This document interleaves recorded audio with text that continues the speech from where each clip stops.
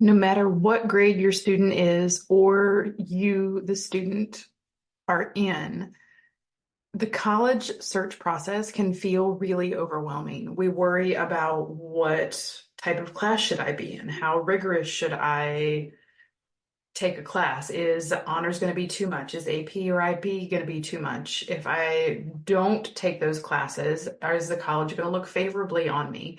These are some of the questions that I get every year, and some of the questions that I want to help alleviate and ease some of that concern for you all. And I'm going to start a new series over the next several months just to be able to help you all navigate, because I know that it's a lot. It feels like it's a ton of information to try and navigate.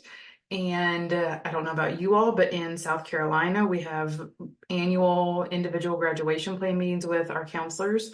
But even as a high school counselor, I don't always feel like I have enough time. I do the absolute best that I can and let families know that they can come to me, but I know that there also tend to be a lot of questions that come up. And so that's part of what I want to be able to help with, is helping you all navigate and feel more confident about what you're doing, because the road to college success is a busy one, and I want to help make sure that you all can navigate that with ease. So for those of you that don't know me, my name is Courtney. I am the founder of Confused to Ready, and I have over 17 years experience working as a mental health therapist turned school counselor. And now I also am working to help families as they navigate high school and the college search process. So I am super excited just to chat a little bit today with you all. So there are a lot of key steps that are in the college planning process. And one of the things that I hear most often from upperclassmen especially is, man, I wish that we had started looking at this sooner. And it is something that it can feel like, oh, college is such a long way off. And then all of a sudden you turn around and that student that you had who was a freshman is now looking at their junior year or their senior year. Recently, I've even been asked some questions of, is it too late for me to apply early action? Is it too late for me to look into early decision? And so those are some things that I want to make sure of, that we talk about dates and that kind of thing. So the early action deadlines are coming due very, very soon. If you have a senior who is interested in looking at the potential of applying to early action, send me an email and let me know that you would like to chat. I will chat with you all for 20 minutes, completely free, just to be able to see where things are and see if it's something that I can help with. But we are getting to a point where we need to make sure some early application deadlines are as early as October 15th. Some are as early as November 1st. So the time is coming. But today I want to really focus on an overarching college planning introduction and how you can navigate the road to success. So today I'm going to break things down into 3 different phases or pieces. The first one is going to be for our 9th and 10th graders. The second one is going to be for 11th and 12th, or for 11th, and then the third is going to be for 12th. Even if you have a sophomore or junior, please stay for the parts to hear about 11th and 12th grade. If you have an 11th or 12th grader, I think it still is going to be helpful for you to hear about those foundation pieces, because there are still a lot of different things that you can do. So starting out, we have laying the foundation for those 9th and 10th grade students. So one of the things that I really try to stress with 9th and 10th graders is that this is your foundation. So when someone is building a house, they are not just going to build it on sand or on pebbles. If you go to the beach, one of the things that you'll see if someone is building a sandcastle, every night as the water comes in, that sandcastle is something that it's going to end up that it gets swept away.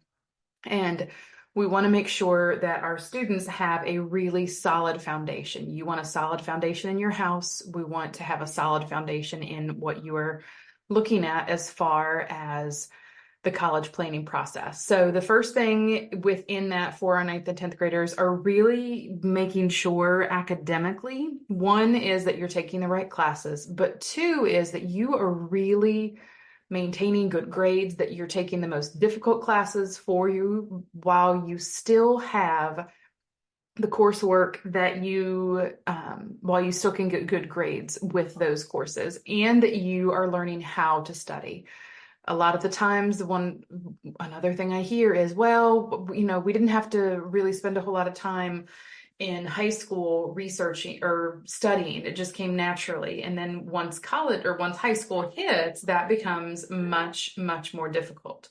So really developing strong study habits, having good grades, that GPA is going to make a big difference. And starting out in freshman year, or even if you took classes in middle school, high school classes in middle school, that's going to impact that GPA.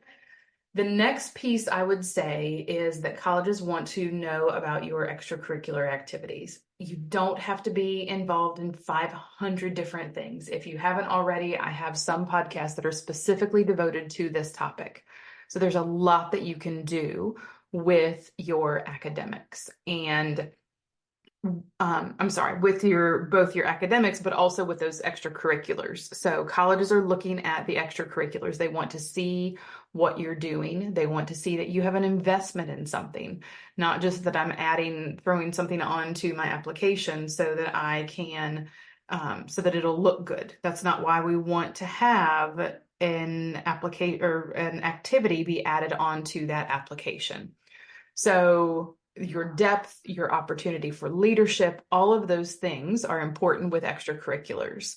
And then just making sure that you have some balance. This is something that's important my experience as a mental health therapist, that is something that is important to me, that you have balance and that you, as you're learning those study habits, that you are doing what you need to for school, but also it not being something that you end up becoming so completely overwhelmed. And then start attending some different college information sessions or college fairs.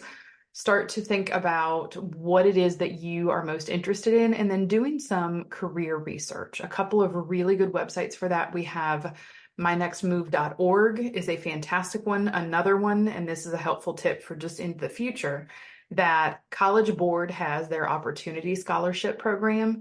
And so I would definitely encourage all students, all grade levels, to take a look at that, because the information that is there, you can be entered into drawings for scholarships based on things that you're already doing. So let's talk about our juniors. So we've got our foundation, and next we really are putting those next building blocks into place. And so the structure of what you're doing. Junior year is tough. This is when college planning is really notching it up, and it kicks into high gear. So we want to start really looking at careers if you don't know 100% what you want to do, and then also starting to figure out what is it that you are looking for in a particular college. So junior year, one of the big things that's going to happen between some students will test as early as the summer before junior year into junior year and the summer after junior year, but you're standardized testing. So planning ahead, trying to figure out what you want or need to do to test prep classes, whether it's something that you are paying, whether it is something that the students go to weekly, if it is something where they have, they're using Khan Academy. Khan Academy is a fantastic free tool. They actually have an official partnership with College Board to be able to provide students with information and details about their, what you specifically need. So I would encourage students to look at College Board and that partnership with Khan Academy, so that you know that you have the most up-to-date information. And then students also, they kind of make it a little bit of a game or a reward system, and students can earn badges by going in. Now, if it's anything like my own children, they say, I don't like Khan Academy. They had to do it when they were in elementary school. It's not something that they enjoy, but it is a wonderful, wonderful opportunity. AP exams can be another thing that students are looking to take. Maybe they have taken an AP course. It might be something where they have that opportunity to take the class and at school, and they're taking those AP exams, which can then in turn earn them college credit. Then we talked a little bit about your researching those colleges. So figuring out what is it that you're looking for in a school. Are there any specific policies or campus activities or the size of the campus that is important to students so that they can make sure that the college is something that they are looking for? Spending 4 years somewhere is an awfully long amount of time, and we want to make sure that students have the best possible college list. So that's looking at admissions requirements, test scores, acceptance rates. This also goes back to reach, match, and safety schools. And so if you haven't heard before, I have podcast episodes on this as well. And that's where does your student fall into that average group of students who've been accepted to a university? Do they exceed the average? Do they meet the average? Or are they not quite in reach of that?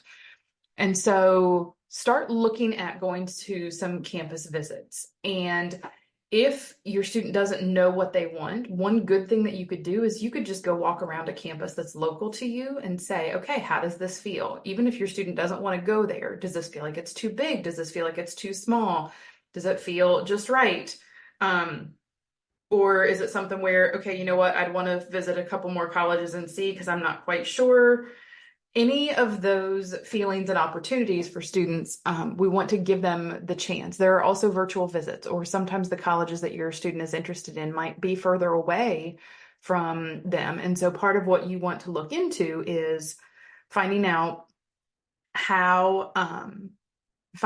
what the schools look like and if they're meeting what your student thinks that they are interested in. But a virtual visit can be a really good thing. And then even just talking with some admissions representatives. One other thing I would definitely encourage students to do as they're looking at just continuing that strength of extracurricular activities, make sure that they have kept track of all of those activities, because that's something that you're definitely going to want to use in senior year as you are filling out those college applications. And the more that you track that, the easier it's going to be. And so one thing to consider is making sure that you know who your contact person is within each activity, having information for them, and then just knowing, okay, these are the things that I would strongly recommend. This is getting ahead a little bit to 12th grade, but really strongly recommend that students list on the Common App or their application directly to the college, that they list their the activities in the order of how important they feel it is. So the amount of time, did they have a leadership position? What kind of impact did they make? Did they win any competitions or titles or anything like that within that specific activity? So tracking all of those things is going to be really important. So then 12th grade. So this is where we're really putting the finishing touches on who your student is, making sure that they know what their activities are, making sure that they know who and how they want to present themselves to the college. So what is it that they value? What are they going to bring to the college? And then also, what kinds of things do they want the college to know about them and what they would love to be able to do and bring to that college when they're there? So if you have a senior right now, we are at a point where I would say we need to go ahead and jump into making sure that everything is getting done, that students have everything that they need to complete their tasks and activities. Excuse me. And then that you are getting those applications submitted so that you can feel more confident. If your student doesn't know where they want to apply to college, again, please send me an email, admin@confusedtoready.com. And I would absolutely love to have some more conversations with you so that we can talk through what is it that your student is looking for. I've met with several families just in the last week who wanted to be able to have conversations of, okay, where do we go from here? Here's what we're thinking. These are some of the pieces that I would love some more information about. And then where do we go from here? I don't have space for many more students, but I do have space for a couple of seniors to be able to give you some of that support so that you can be confident in your next steps. So senior year, we really are balancing who is that final list of colleges, and is it a balanced list, but also making sure that every single college that's on that list is one that students would be completely okay with attending, because we don't want it to just be that they're putting a college on there, but they really don't want to. That's not a good use of your time or your students' time or money as far as those application, the spending time on that application. So a lot of applications are going to be due anywhere between up to, like I was saying earlier, that early action on October 15th up through the beginning of November, all the way through January. Some might go into February, with some later applications, and then rolling admission is something where they're going to look at applications as they come in. So a lot of those things are going to be due soon, and making sure that you are organized is a huge, huge piece. And so knowing what are the student deadlines, what are the deadlines for any recommenders, what are some of the things that that you need to make sure as far as submitting test scores, all of those different pieces. So common application and coalition application, I've done several podcast episodes lately where we talked a lot about, or some of the lives on my YouTube channel or in the Facebook group. It's Confused to Ready is the name of the Facebook group. And so making sure that you have those applications ready to go, and that your letters of recommendation. So this is one thing that is not in the student's control as far as completing. And what we really encourage students to do is make sure that they have asked that recommender several weeks in advance, at least several weeks in advance, so that they can write the best possible letter. Then you are working on the student completed portion. So that's going to be your demographics, your all of your academic history, personal essays, and personal statements. This is another one where we want you to make sure that you are showing the colleges how you will make a difference on their campus and with the things that you are doing. So making sure if you have questions about personal statements, anything like that, again, please, if you have a senior, reach out to me. These are all things that I can help with, and would be happy to even just have a quick 15-20 minute chat with you to see where you are in the process and what would be beneficial. So financial aid and scholarships, the CSS profile, that is one of the items that is open and available right now for seniors to go ahead and complete. This is one way that some colleges will take a look at how students would receive any potential financial aid. And then the other one is the FAFSA. And so that is going to open up in December. As of right now, there's not a whole lot that you need to or can do for that, but my biggest suggestion is go ahead and secure your FAFSA ID for student and parent, so that you will be able, once it does open, that you can just go ahead and log in and complete the information rather than waiting the couple of days after you get that ID. So I know that it can feel like a lot, it can feel overwhelming. I don't want it to feel stressful. Seniors, the other thing I would just strongly encourage you to do is make sure that you still are doing the best that you can in your senior year. Colleges will see your final transcript, and so they need to know how you're doing and make sure that students are finishing strong. So while it can seem like a lot, little steps at a time can definitely be helpful. If you have a senior, this is not something where I want you to stress out. We still have some time, but we're getting down to the point of being able to make sure that everything is taken care of. So whether it's your school counselor, or it is a family friend who you know that they do well with planning, or if you want to set up some time to talk with me, I would love to be able to help.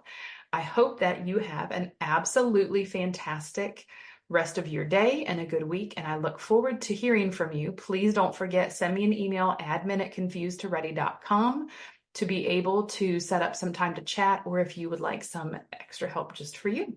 Thanks and take care. Have a great day. Bye-bye.